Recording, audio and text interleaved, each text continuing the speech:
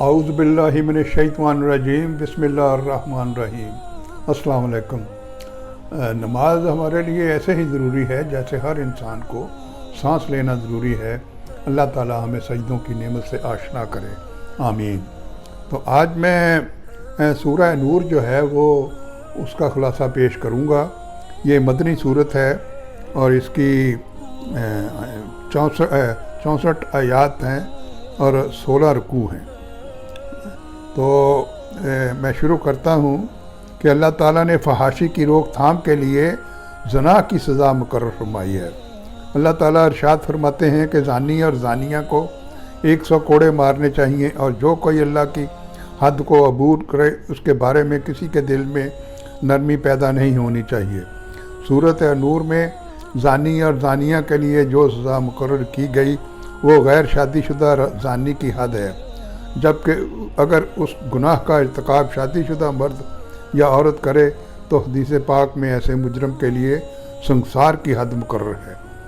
اس صورت میں اللہ تعالیٰ نے پاک دامن عورتوں پر تہمت لگانے کی مذمت کی ہے۔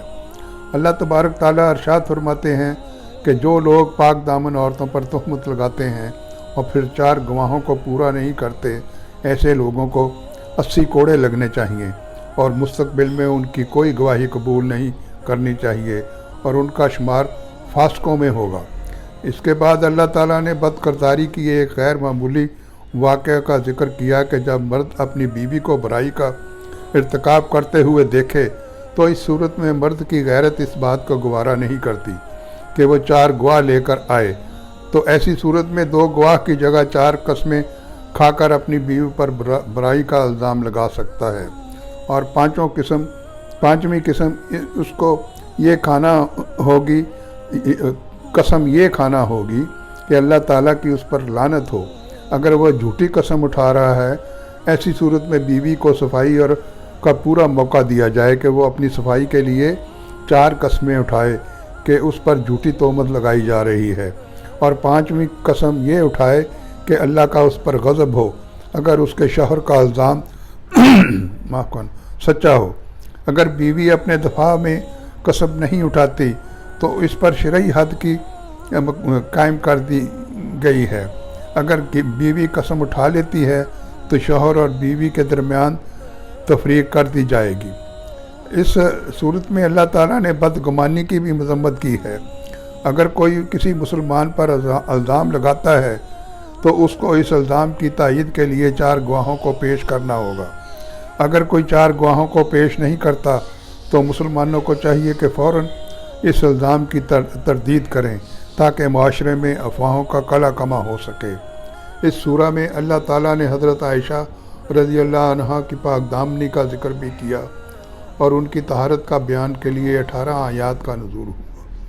معاشرے میں برائی کی روک تھام کے لیے اللہ تعالیٰ نے اس صورت میں مومن مردوں کو اپنی نگاہیں جھکانے کے ساتھ ساتھ پردہ کرنے کا بھی حکم دیا ہے، اور محرم رشتہ داروں کے علاوہ تمام لوگوں سے اپنی زینتیں چھپانے کا حکم دیا ہے۔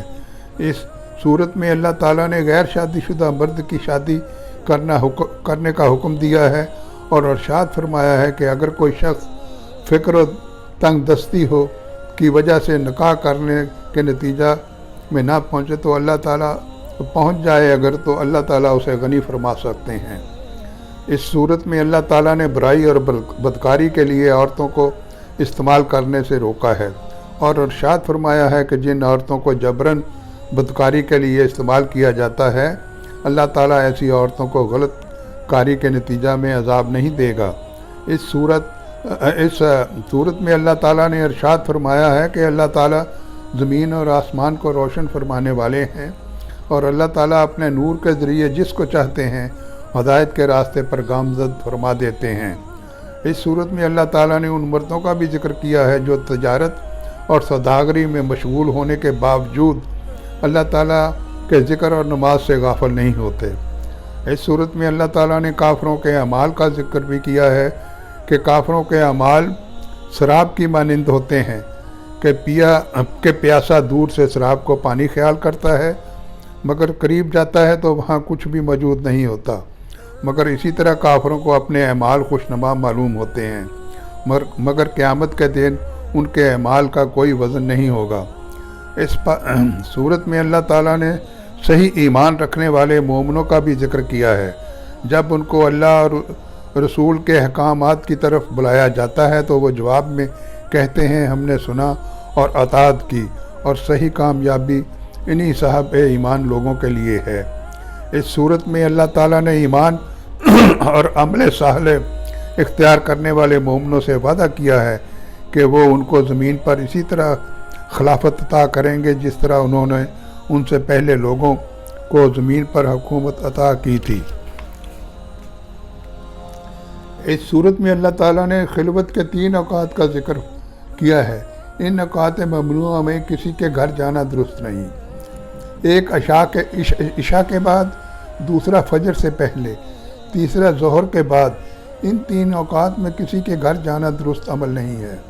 ان 3 اوقات کے علاوہ انسان کسی بھی وقت کسی کے گھر اجازت لے کر ملاقات کرنے کے لیے جا سکتا ہے۔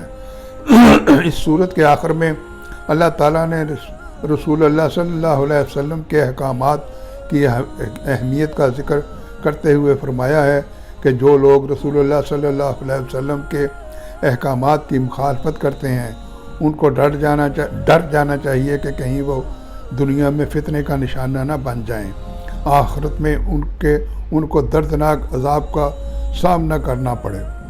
تو یہ صورت میں یہی ختم کرتا ہوں۔